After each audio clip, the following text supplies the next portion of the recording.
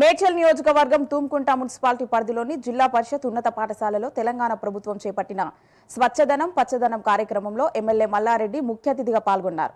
ఈ సందర్భంగా పాఠశాల ఆవరణలో మొక్కలు నాటారు. అనంతరం పాఠశాలలో విద్యార్థులు, ఉపాధ్యాయులు, ఆశా వర్కర్స్, మున్సిపాలిటీ సిబ్బందితో కలిసి నిర్వహించిన స్వచ్ఛదనం పచ్చదనం అవగాహన ర్యాలీలో మాజీ మంత్రి ఎమ్మెల్యే మల్లారెడ్డి పాల్గొన్నారు. ఈ కార్యక్రమంలో విద్యార్థులను ఉత్సాహపరిచేందుకు మల్లారెడ్డి బ్యాండ్ వాయించారు.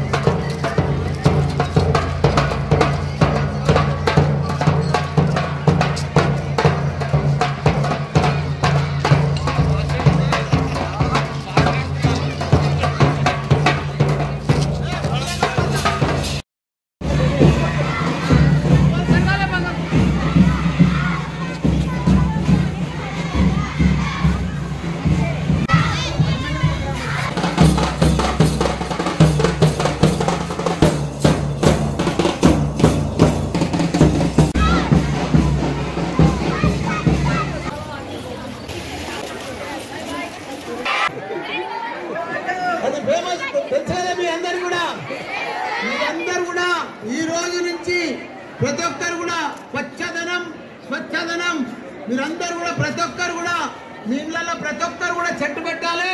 పెద్ద ఎత్తున మనం పరిశుభ్రంగా ఉండాలి.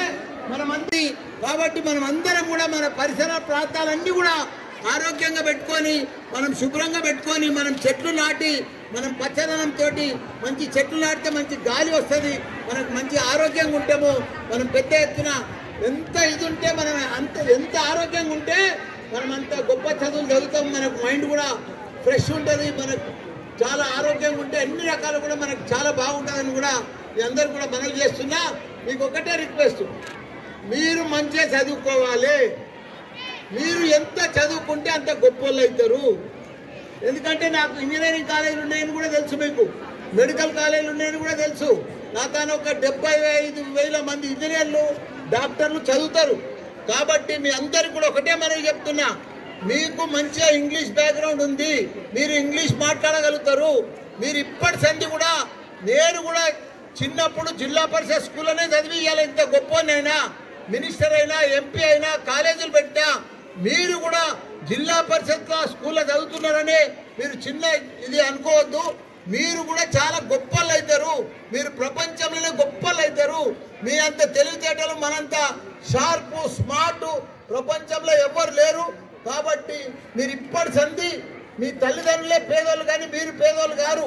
మీరు పెద్ద ధనవంతులు అవుతారు, బిలియనర్స్ అవుతారు, మంచి డాక్టర్లు అవుతారు, ఇంజనీర్లు అవుతారు, సైంటిస్టులు అవుతారు.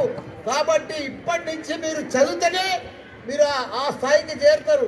కాబట్టి దయచేసి రోజు మీ పని ఆటలు ఆడాలి, చదువుకోవాలి.